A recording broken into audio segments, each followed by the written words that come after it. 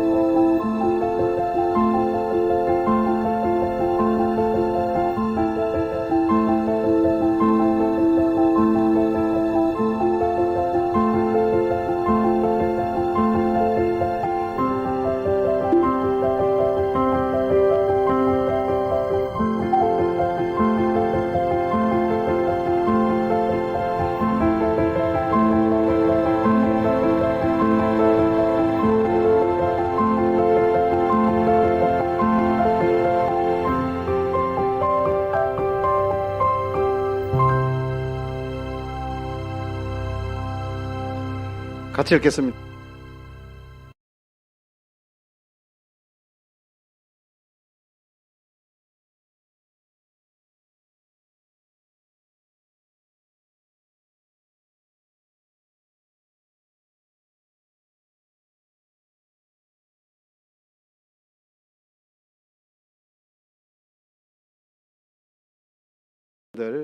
또 어찌 보면 주님과 관계없는 그런 시간들을 너무 많이 보낸 것 아닌가 하는 아쉬움이 남는 것이 사실입니다.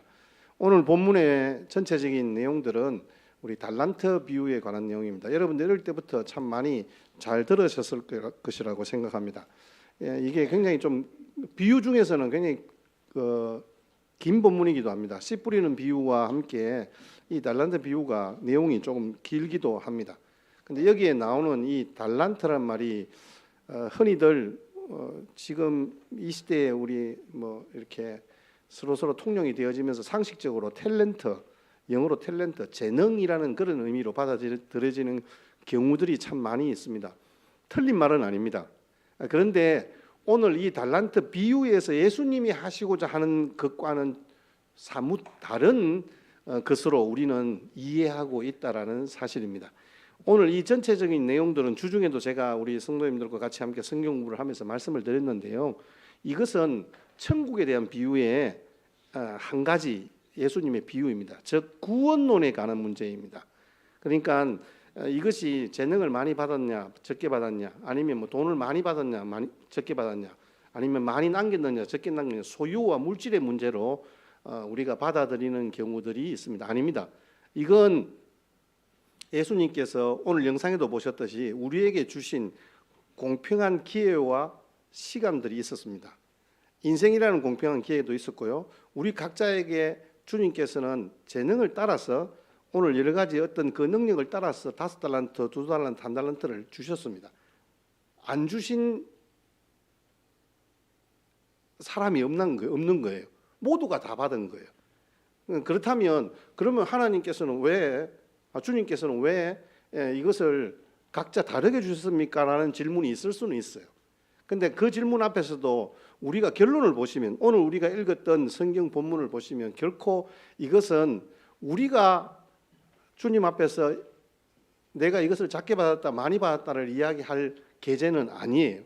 주님과의 관계 속에서 나의 삶이 어떠했는가를 주님께서 물으시는 본문이라는 거죠. 오늘 이 비유의 배경이 되는 이야기는 그때 그 당시에는 종종 있었던 일입니다. 주인이 먼 타국에 이제 장사를 하러 가거나 다른 볼일로 가게 됩니다.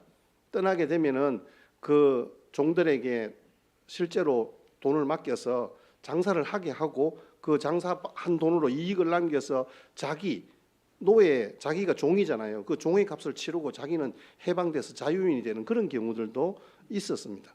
오늘 본문에 나오는 이 달란트라는 단어가 헬라어로는 달란톤이라는 돈의 액수를 원래 의미합니다. 그래서 이 달란트는 시간과 능력과 자원 같은 그런 의미로 해석되어지기도 합니다. 하나님 나라와 주의 몸된 교회와 각자에게 하나님께서 맡겨주신 이 달란트는 다르다는 말씀입니다. 5달란트 받은 종은 장사를 하여서 5달란트의 이익을 남겼고 2달란트 받은 종은 2달란트를 남겼습니다. 그런데 세 번째 종은 좀 달랐습니다. 땅을 파고 주인의 돈을 땅에 감추어 두었습니다. 고대 사회에는 은행이나 금고가 없습니다. 대신 이자를 취리하여 받기를 원하는 사람은 돈놀이 하는 사람에게 돈을 맡겨서 그 이자를 받기도 합니다. 고대 사회에서는 돈을 지키는 가장 안전한 방법은 자기가 땅에 묻어서 그 돈을 지키는 방법이 가장 안전하긴 했습니다. 그런데 이 세 번째 종은 다른 두 종들처럼 장사를 하여 이윤을 남기지 않았습니다. 왜 그랬을까요? 돈을 잃어버릴까 하는 두려움이 있었기 때문에 그렇습니다. 그러나 돈을 땅에 파묻는 행위는 오늘 달란트를 맡긴 주인의 의도와는 완전히 달랐다는 말씀입니다. 달란트를 우리 중량을 측정하는데 이 달란트는 이렇게 우리는 보통 요즘은 킬로그램이잖아요. 그러니까 한 달란트가 킬로그램으로 계산하면 34kg 정도 된다고 합니다. 34kg. 여기 34kg면 누구 정도 될까? 예은아 몸무게면 얼마지? 물어도 될 만한 분에게 물었습니다. 제가 뭐 저한테 물으면 저는 곤란하죠. 그 뭐 90kg 가까운데 제가 대답하면 좀 곤란하잖아요. 예인이가 한 50kg 좀 못 되지? 네, 그렇지. 꽤 무겁잖아요. 여러분 34kg 그러니까 파운드로 하면 75파운드 정도 되는데 이걸 당시 돈으로 환산하면 6,000데나리온입니다. 20년 동안 그냥 일반인들이 노동해서 받는 돈입니다. 일당이 요즘은 전사님 요즘 일당 보통 얼마 주죠? 13만 원, 15만 원. 와, 그러면 내 계산이 틀린데요. 저는 10만 원으로 계산해서 왔는데 10만 원으로 계산하니까 돈이요 6억에서 7억이에요. 네, 6억에 7억이요. 그럼 13만 원, 15만 원 같으면 적어도 한 8억에서 9억 정도 되겠네요. 여러분 한 달란트가 그 정도 돈이에요. 한 달란트가 결코 적은 돈이 아니죠, 여러분. 그런데 한 달란트 받은 종은 그것을 땅에 묻어 놓았다. 돈을 잃어버리지 않기 위해서. 그런데 주인의 기도와는 어긋났다. 오늘 그 이야기를 하는 거예요. 여러분 우리가 받은 사명과 은사와 재능을 타인과 비교하여서 그것을 활용하기보다는 묻어버리는 것은 하나님이 보실 때는 그것을 좋게 보지는 않으시는 것 같다라는 거죠. 그러면 한 달란트 받은 것도 혹시 잃어버리지는 않았나 하는 염려가 우리 가운데 있잖아요.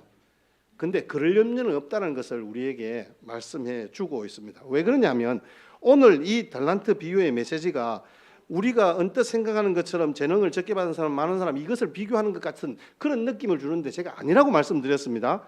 이것은 예수님의 구원에 대한 비유의 말씀이라는 전체적인 틀에서 생각할 때 결국 한 달란트 받은 종을 악한 사람이라고 이야기한 것은 하나님이 계시지 않은 인생을 살아가는 사람인 거예요. 그러니까 주인에게는 어떻게 변명하면 좋을까를 고민하며 살아가는 사람이. 5달란트와 2달란트 받은 사람은 각각의 재능과 은사는 다르지만 주인에게 받은 달란트 용량은 다르지만 그들은 주인이 항상 돌아올 것을 생각하고 기다렸던 사람인 거죠. 그래서 그들은 하나님이 계신 인생을 살아갔고 주인이 지금 떠나고 없지만 주인과 함께 생활하는 청지기로서의 삶을 살아갔다는 말씀입니다. 그래서 여러분 어떤 사람들은 저도 그렇게 설교를 했더랬습니다. 2달란트, 5달란트 받은 종은 성실과 열심으로 살았다. 막 이렇게 생각하는 경우들도 있습니다. 그런데 여러분 이 달란트 비유는 우리에게 인생 이야기예요. 우리 인생의 이야기인 거예요. 어떤 사람이냐는 거죠. 어떤 사람. 여러분 어떤 사람입니까? 하나님께서 나를 택하여 구원해 주시고 하나님의 자녀로 삼아 주신 인생을 살아가고 있는 사람이라는 사실에 우리가 정말 아멘으로 응답하고 그렇게 우리 인생을 살아가야 된다라는 이 달란트 비유가 가진 메시지에 숨겨진 의미가 있습니다. 저와 여러분은 오늘 우리는 어떤 인생을 살아가고 있는지 달란트 비유를 통해서 여러분과 저의 삶을 돌아보게 되기를 원합니다. 오늘 이 달란트 비유에서 영상 메시지에도 나왔지만 하나님께서는 공평하신 은혜를 주셨습니다. 시간과 기회의 달란트, 공평하신 은혜입니다. 오늘 14절, 15절 우리가 같이 읽지는 않았습니다. 그런데 오늘 본문을 전체적으로 쭉 아우르면서 같이 볼 때 전체적인 본문들을 우리가 틈틈이 계속 본문들을 보게 될 텐데요. 같이 한번 읽겠습니다. 시작.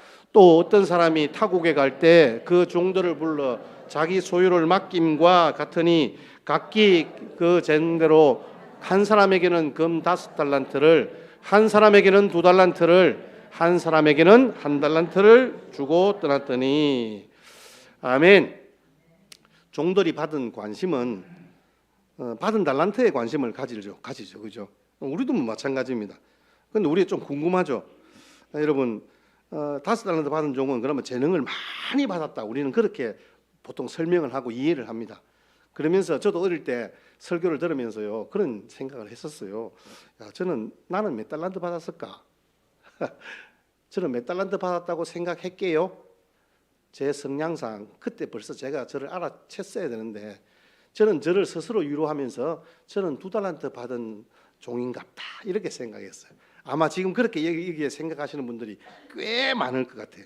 근데 여러분 내가 몇 달란트를 받았느냐에 대한 것은 그렇게 중요하지 않다는 것을 제가 계속 말씀드립니다. 소유나 크기에 대한 것이 아닙니다. 우리의 관심은 얼마를 받았는가, 얼마를 가졌는가 그 소유에 대한 관심이 있지만 하나님의 관심은 그게 아니에요.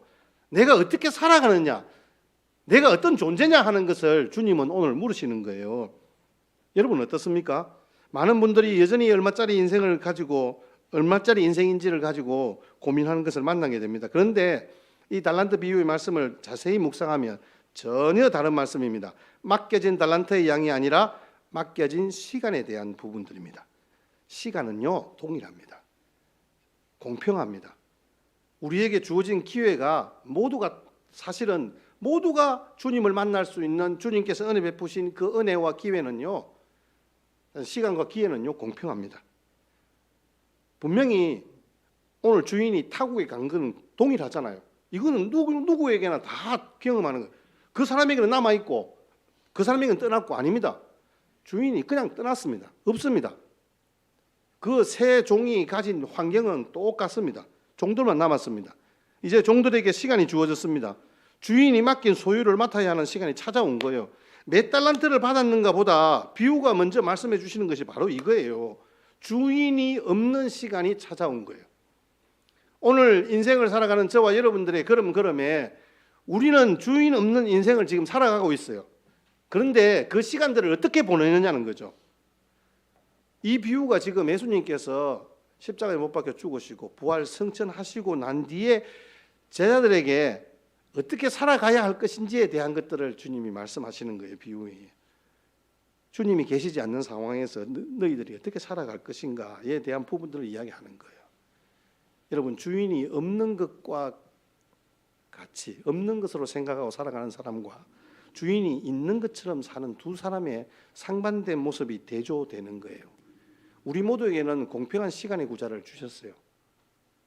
여러분, 각자가 여러분 은행 구자가 있잖아요. 그 은행 구자에 돈을 넣고 우리가 그 찾아 쓰듯이 모두가 다 동일한 은행 시간의 구자를 주셨단 말이에요. 그 시간을 은혜로 채워주시는 것 또한 사실입니다. 똑같이 악한 사람이나 선한 사람이나 하루 24시간을 주시면서 1년 365일을 주셨어요. 2023년도도 지금 365일을 쭉 똑같이 살아왔어요. 오늘 마지막 날이잖아요. 지방에 사는 한 가정에서 두 아들을 서울로 유학 보내고 부산으로 유학 보냅니다. 그런데 그 아들들에게 은행 구자를 같이 가르쳐주면서 카드 한 장씩을 주었어요. 서울에 사는 아이가 부산에 사는 아이가 똑같은 은행에서 같은 구자의 돈을 빼서 생활비로 쓰게 되는 거죠. 매달 아들들이 필요한 돈을 입금시켜 주시는 거예요. 아버지가. 그러면 서울에서 사는 아들이 좀 많이 필요해서 그걸 좀 많이 썼다고 해서 그 아들이 너는 동생은 이것밖에 안 쓰는데 너는 왜 그렇게 쓰느냐, 그렇게 아버지는 이야기하지 않습니다. 이미 다 알고 있습니다. 서울에서 생활비가 많이 들고 훨씬 더 물가가 비싸다는 것까지도 알고 있습니다. 하나님의 사랑은 저는 이와 같다고 생각합니다. 하나님은 우리 인생에게 시간이라는 것을 선물로 주시고 우리 인생에 필요한 것들을 언제나 복으로 채워주시는 거예요. 그런데 그 채워진 돈을 어떻게 사용할 것인가는 각자에게 달린 것이죠. 한 아이가 조금 더 필요해서 조금 더 사용했다고 해서 그거 따지면서 화를 내시는 그런 하나님이 아니십니다. 제가 증거를 대볼까요? 누가복음 13장에 여러분 포도원이 심겨진 과수원에 무화과 나무를 하나 심었어요. 그런데 그 무화과 나무는 열매를 맺지 않는 거예요. 그 주인이 포도원 지기에게 이렇게 이야기하는 거예요. 내가 3년을 와봤는데 하마 무화과 나무에서 열매를 맺을까 싶어서 기다렸는데 3세판을 기다렸는데 열매가 없는 거예요. 그래서 그 가지 그냥 찍어버리세요. 이러면 괜히 땅만 차지하고 땅만 버리게 되니까 그냥 찍어버리세요 라고 하니까 농부가 주인님 금년 한 해에도 그대로 두시죠. 제가 한 번 더 주변의 땅을 두루 파고 그럼을 주고 정성껏 가꾸어 보겠습니다. 만일 그때 열면 좋고 그렇지 않으면 그때 가서 찍어버리면 되지 않겠습니까? 여러분, 이 비유의 주인은 하나님이시고요, 농부는 예수님이에요. 무화과 나무는 저와 여러분들이에요. 시간의 은혜는 모두 동일하게 주셨습니다. 하나님은 이런 열매 없는 사람들에게 시간을 허락하시는 거예요. 유예해 주시는 거예요. 저와 여러분들의 인생이 그렇습니다. 2024년도도 저는 걱정하지 않는 것이 무엇이냐면 주님이 농부이시고 우리를 그렇게 유예해 주시는 시간의 은혜 속에서 우리를 다시 한 번 더 땅을 두릅하고 그름을 주고 물을 주고 정성껏 가꾸어 주실 것이기 때문에 그 하나님의 열심으로 우리가 살아갈 것이기 때문에 우리에게 기회를 주시는 그 주님이 계시기 때문에 저는 걱정하지 않습니다. 여러분, 이 시간은 은혜의 선물입니다. 나의 부족함에도 불구하고 하나님께서 내게 또다시 일을 맡기시는 것은요, 한 번의 기회를 더 주시고 하나님의 심판을 유예해 주신 것과 같은 거예요.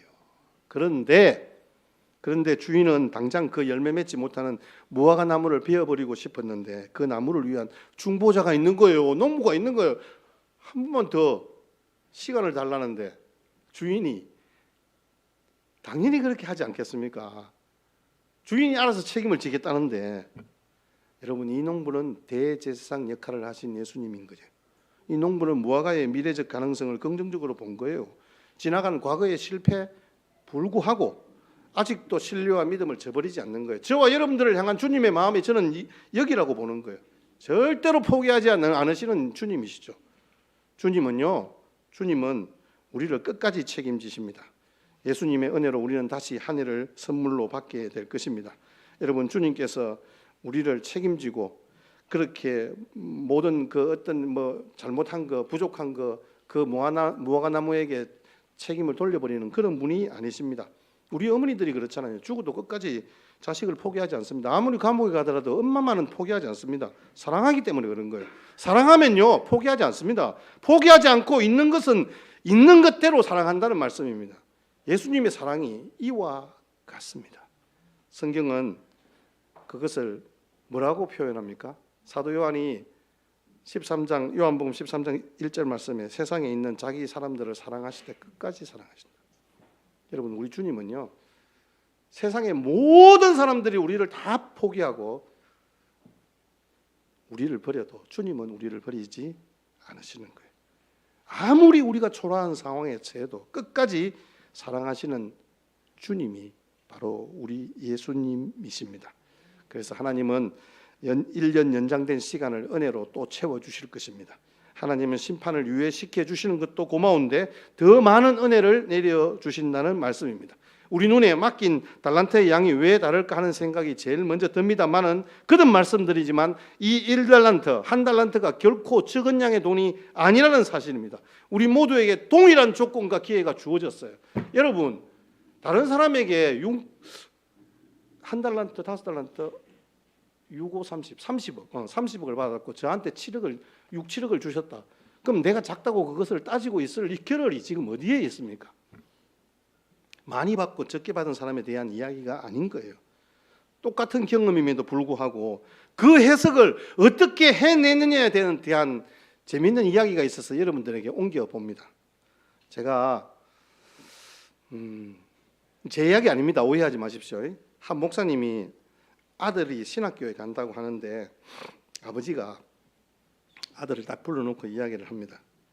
야, 나는 네가 목사가 안 됐으면 좋겠다. 목사의 길은 힘들다. 내가 빨간 넥타이를 매면 교인들은 야하다 하고 검정 넥타이를 매면 우중충하다고 한다. 신방을 많이 다니면 너무 많이 다닌다 하고 신방을 안 하면 게을러졌다고 한다. 교회가 부흥하지 않으면 무능하다고 하고 부흥하면 너무 세속적이고 물량주의적이라고 한다. 그래서 나는 네가 그런 욕 듣는 사람이 안 됐으면 좋겠다. 너는 신학교 안 갔으면 좋겠다. 아버지가 목사입니다. 목사가 그 이야기를 하는 거예요. 그 옆에 이야기를 듣고 있던 사모님이 아들에게 이렇게 이야기합니다. 야, 네 아빠가 지금까지 목회를 잘한 것은 하나님이 세워놓으신 천사 같은 성도들이 있었기 때문이란다. 그들은 네 아빠가 빨간 넥타이를 매면 세련되다고 말해주었고 검정 넥타이를 매면 경건하다고 말해주었단다. 교회가 부흥되면 목사님이 하나님과 함께 하셔서 그렇다고 해주었고 교회가 부흥이 안 되면 우리 성도들이 순종하지 못해서 그렇다고 울면서 기도했단다. 하나님이 내게도 그런 성도들을 보내주실 거다. 그러니 하나님만 믿고 목회해라. 여러분, 똑같은 상황이잖아요. 똑같은 상황이에요. 주어진 상황이 그리고 경험한 것이 똑같아요. 어떤 사람에게는 그런데 열등감이고 혹은 또 우울감이 빠질 수도 있겠죠. 그런데 하나님께서 주신 사명은 각자인 거예요. 내가 그것을 어떻게 해석해내느냐의 문제인 거예요. 어떻게 살아가느냐의 문제인 거예요.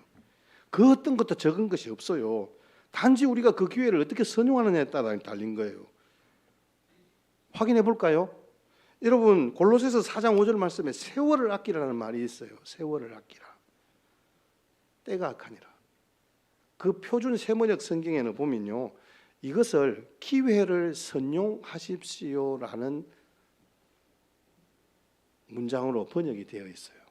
여기 보면요, 세월이란 시간이라는 단어가 기회라는 단어예요. 아끼라는 말은요, 선용하라는 말이에요. 여러분, 세월은 다시 오지 않습니다. 중요한 기회는 다시 잡기 어렵습니다. 가만히 한번 여러분 보십시오. 이미 와서 누리는 시간이 지금 현재잖아요. 쭉 시간이 흘러와서 지금 현재가 된 거예요. 오늘이 지나면 오늘은 과거가 되는 거예요. 앞의 시간은 미래가 되는 거잖아요. 우리는 과거라는 어떤 뭐랄까요? 제가 표현을 이렇게 하면 어떨까요? 박물관에는 그 어떤 곳에 보존하려고 세월을 아끼는 것이 아니잖아요. 그 속에서 하나님을 어떻게 만나고 경험하느냐, 그것을 캐치하는 거예요. 그 기회, 그 시간들을 캐치하는 거예요. 다가올 미래를 위해서 오늘 하루도 최선을 다해서 선용하는 거죠. 오늘 우리에게 이 예배할 시간을 주셨다는 것에 내가 감사하고 주님 앞에 서는 거예요.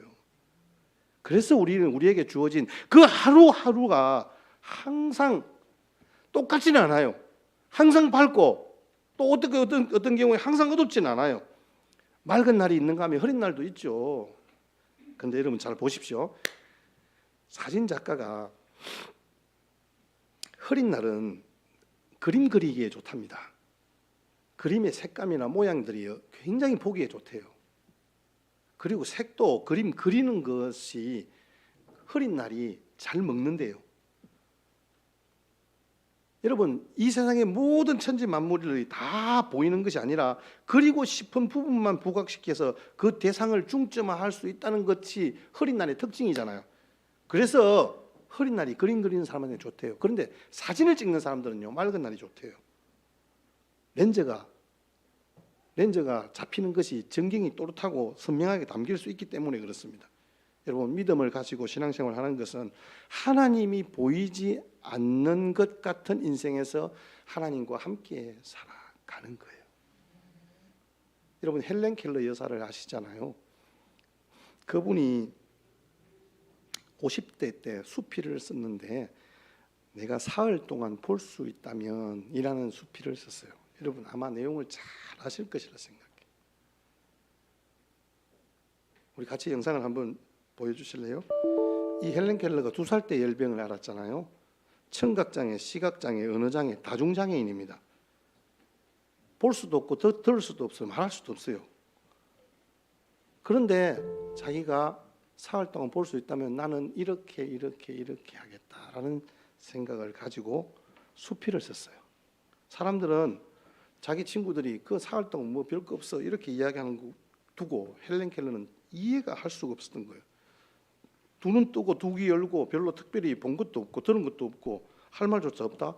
와, 이 말은 너무한데 싶은 생각이 있습니다. 제가 여러분들에게 말로 설명할 수 있지만 영상으로 여러분들이 보시면서 한번 실제로 글을 한번 읽어보시길 바랍니다. 헬렌 켈러의 3일만 볼 수 있다면.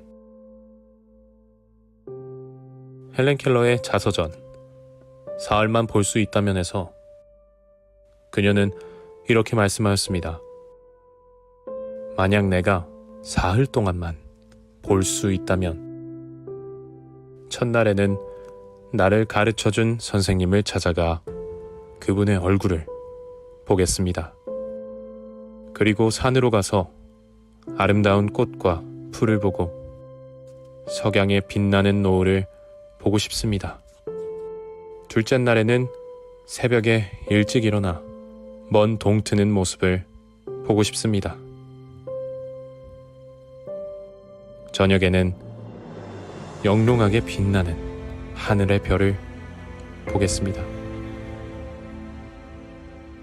셋째 날에는 아침 일찍 큰 길로 나아가 부지런히 출근하는 사람들의 활기찬 모습들을 보고 싶습니다. 점심때는 아름다운 영화를 보고 저녁에는 화려한 네온 사인과 쇼윈도의 상품을 구경하고 저녁에 집으로 돌아와서 이 사흘 동안만이라도 볼 수 있게 해주신 하나님께 감사의 기도를 드리고 다시 영원한 암흑의 세계로 돌아가겠습니다. 우리에게는 당연한 오늘의 하루가 사실은 날마다 기적 같은 날이라는 것임을 알게 해주었던 헬렌 켈러의 글은 당시 경제 대공황의 후유증에 허덕이던 미국인들을 위로했다고 합니다. 눈을 감고 세월을 회고해 보세요. 내가 받은 축복이 얼마나 많았던지를요. 여러분은 감사하는 마음의 잔이 차고 넘치십니까? 아니면 욕심, 경쟁, 시기, 질투가 감사의 마음을 어지럽히고 있지는 않은가요? 감사하는 마음만큼 따뜻하고 축복된 마음은 없습니다. 감사할 수 있다는 것은 마음의 평화가 있다는 것이며 90년. 남모르는 기쁨이 있다는 것입니다. 그러므로 마음의 평화를 원하신다면 주님께서 주신 이 순간을 감사해 보세요. 내게 시간이라는 달란트를 주님이 주셨고 그러면 공평한 평화와 시간입니다. 자, 그러면 우리는 어떻게 신앙생활을 해야 하나님이 계시지 않는 시간들 속에서 하나님이 계신 것처럼 그렇게 살아갈 수 있을까요? 오늘 우리가 읽었던 본문의 말씀처럼 지극히 작은 일에 충성하는 자로 살아갈 때 주님께서 우리를 그렇게 세우실 것입니다. 우리 같이 한번 받아가겠습니다. 지극히 작은 일에 충성하자. 자, 말씀해 보니까 돌아와 종들과 회개하는 장면이 나옵니다. 자, 이제 계산하는 장면이 나옵니다. 그 첫 번째 반응이 5달란트 받은 사람과 2달란트 받은 사람의 반응입니다. 21절입니다. 21절 다 같이 읽겠습니다. 시작. 그 주인이 이르되 잘하였도다 착하고 충성된 종아 네가 작은 일에 충성하였음에 내가 많은 것을 내게 맡기리니 내 주인의 즐거움에 참여할지어다. 아멘. 5달란트, 2달란트 받은 사람이 열심히 일해서 배를 남겼는데 그 배 남긴 것이 예수님이 적은 일에 충성했다 이렇게 말씀하시는 거예요. 적은 일이 뭘까요? 무엇이 작은 일이고 무엇이 적은 일일까요? 자, 다시 한번 반복해서 말씀드립니다. 6,000데나리온이나 하는 것은 하루 품삯을 10만 원으로 계산하면 6억 7억. 5달란트는 30억이에요. 그러면 플러스 30억을 남겼단 말이에요. 그러면 그 정도 남겼는데 그걸 적다라고 이야기하는 것 자체가 좀 이상하잖아요. 왜 주님께서 적은 일에 충성했다 그렇게 이야기를 할까요? 제가 가만히 보니까요, 이 적은 일은 주인의 마음을 말하는 거예요. 주인의 마음을 알고 그 주인의 마음을 캐치하고 주인이 원하시는 것에 자기의 마음을 들인 거예요. 그 시간을 들인 거예요. 5달러 받은 종이 자기가 뭔가를 뜻대로 하고 싶은 것도 있을 거잖아요. 그런데 그렇지 않고 주인이 원하시는 것이 무엇인지를 생각하는 그 마음, 그것이 바로 적은 일이다라고 주님은 칭찬하시는 거예요. 주님이 하셨던 그 적은 일에 어떤 단어들이 사용되었던 것들을 여러분 기억하십니까? 소자에게 물 한 잔 주는 것, 소외된 자들과 함께 살아가는 것, 죄 많은 인생들 향하여서 적은 일이다, 작은 자여, 소자여 라고 주님은 언제나 칭하셨고 말씀하셨습니다. 그 5달란트, 2달란트 받은 자는 주인의 마음을 알았던 거예요. 자기들에게 이 달란트를 맡겨주신 것에 대한 은혜를 알았던 거예요. 1달란트의 은혜는 바로 맡겨주심의 은혜인 거예요. 달란트를 맡겨주셨다 이 말은 주인이 지금 떠나고 없지만 주인이 있는 것처럼 알고 그 자리에 함께 주인과 함께 하는 시간들을 만들어가는 거예요. 두 사람을 설명하는 모습이 나옵니다. 16절입니다. 16절 시작. 5달란트 받은 자는 바로 가서 그것으로 장사하여 또 5달란트. 자, 보십시오. 바로 가서라고 하잖아요. 주인의 마음을 아는 거예요. 맡겨주시는 은혜를 아는 거예요. 그 주인의 바람을 읽는 거죠. 그래서 그것을 받자마자 바로 가서 주인이 원하는 일을 하기 시작한 거예요. 몇 달란트를 받았는가가 중요한 것이 아니라 달란트를 준 주인의 마음을 헤아리는 거예요. 달란트를 준 주인의 마음을 헤아리는 것이 작은 일이지만 실제로는 가장 중요한 일이란 말이에요. 그런데 자, 이제 마지막입니다. 1달란트 받은 종이 어떻게 대답하는지를 보십시다. 오늘 읽었던 본문입니다. 24절, 25절. 이 굉장히 중요합니다. 시작. 1달란트 받았던 자도 와서 이르되 주인이여 당신은 굳은 사람이라 심지 않은 데서 거두고 해치지 않은 데서 모으는 줄을 내가 알았으므로 두려워하여 나가서 당신의 달란트를 땅에 감추어 두었나이다. 보소서 당신의 것을. 1달란트 받은 종은 주인의 계획을 알아보지 못했습니다. 오히려 주인을 이렇게 판단했습니다. 주인은 굳은 사람입니다. 즉 주인은 냉정한 사람입니다라는 말씀입니다. 얼마 주지도 않고 큰 이익을 보려는 마음을 가진 사람입니다라고 말하는 거예요. 얼마 주지도 않고 큰 이익을 보려는 사람. 그리고 만약에 맡겨준 돈을 내가 손해보면 주인은 반드시 그 결과에 책임을 지도록 요구할 사람이다라고 생각하는 거예요. 자, 첫 번째, 주인은 얼마 주지도 않았습니까? 자, 6억을 줬어요. 6억. 그 6억을 준 주인에게 얼마 주지 않았다라고 그렇게 이해하고 아니 오해하는 것 과연 합당할까요? 여러분, 하나님의 은혜는 얼마나 큰지 몰라요. 그런데 우리는 오히려 얼마 되지도 않은 것 맡기고 대단한 것을 기대하는 사람이라고 하나님을 그렇게 우리는 판단하며 살아가고 있지는 않습니까?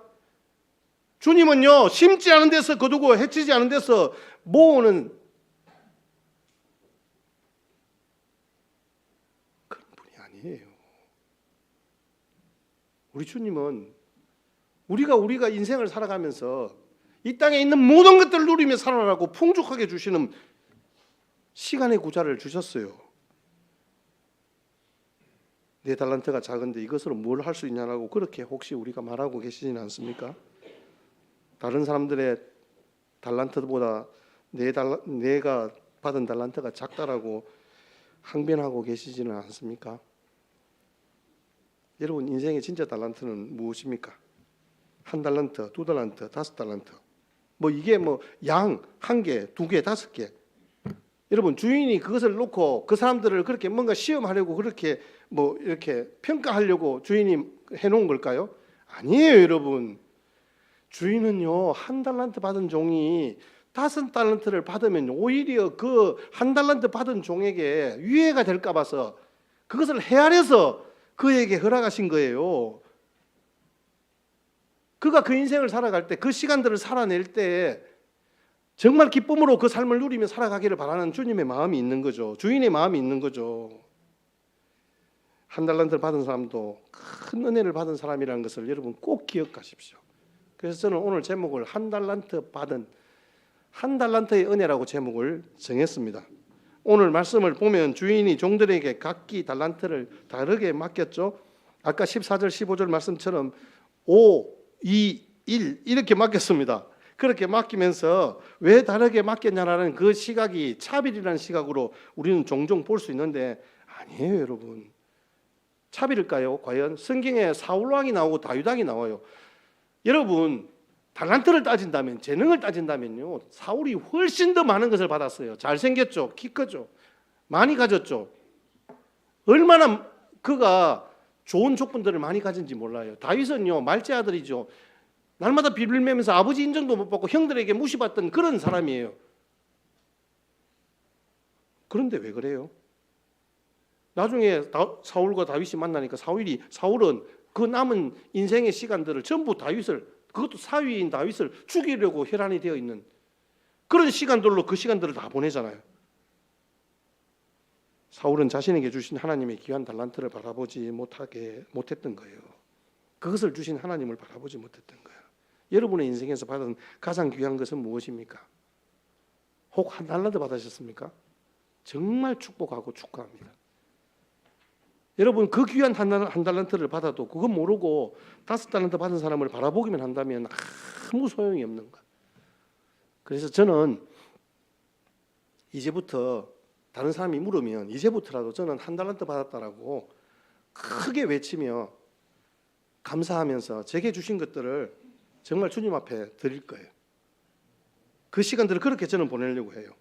여러분, 2024년도라는 인생의 그릇 속에 하나님이 주신 희망과 사랑을 가득 채워야 합니다. 우리는 큰 꿈과 큰 믿음의 그릇을 가지고 2024년 새해를 기대해야 할 것입니다. 왜냐? 새해는 하나님의 엄청난 기적이 우리를 기다리고 있기 때문에 그렇습니다. 여러분, 우리가 지나간 한 해가 어땠습니까? 한 해를 돌이켜보면 날마다의 시간들, 순간들이 기적이 있지 않습니까? 막 쳇바퀴 돌듯이 정신없이 살아온 기억밖에 없는데 정신없이 살아도 오늘 우리가 마지막 날을 이렇게 예배드리면서 지나고 있잖아요. 이렇게 멀쩡히 살아있는데 이게 바로 기적 중의 기적이 아니겠습니까? 힘들어 죽겠네. 우리의 입에 그렇게 달고 살았는데도 불구하고 오늘 우리 살아있습니다. 세상에 많은 기업들이 지금 부도가 나고 막 정말 너무너무 어렵습니다. 헬렌 켈러가 88년의 인생을 살았습니다. 근데 그가 그렇게 원하던 단 3일간도 기적이 일어나지 않았습니다. 그냥 그녀의 소망으로 끝났습니다. 하지만 우리는 어떻습니까? 우리는 1년이면 365일 매일같이 헬렌 켈러가 이야기한 기적 같은 날들이 계속되고 있잖아요. 볼 수 있고 듣고 있고 만질 수 있고 말할 수 있고 누릴 수 있는 그 헬렌 켈러에게는 기적 같은 사건이 우리에게는 지극히 평범한 일상인 거예요. 지난 2023년 매일이 기적의 나날이었습니다. 그리고 확신하는 것은 동일하게 2024년도도 하나님께서 우리에게 복된 시간으로 허락하여 주실 줄 믿습니다. 새해는 그저 그렇고 그런 시간으로 우리 보내지 마십시다. 아니 그렇게 맞이하지 마십시다. 좀 더 큰 기대를 가지고 우리 하나님께서 기적 같은 약속을 실현해가는 평범한 일상이지만 동일하게 한 달란트 받았지만 그러나 주인의 마음을 잘 헤아려서 주님이 기뻐하시는 일에 우리의 삶의 시간들을 들어가는 은혜가 있었으면 참 좋겠습니다. 여러분 함께 그렇게 손잡고 달려가십시다. 하나님의 열심을 품고 주님을 섬기는 복된 주의 백성들 다 되시기를 주의 이름으로 축복합니다. 찬송가 488장 찬송 드리면서 봉헌하시겠습니다.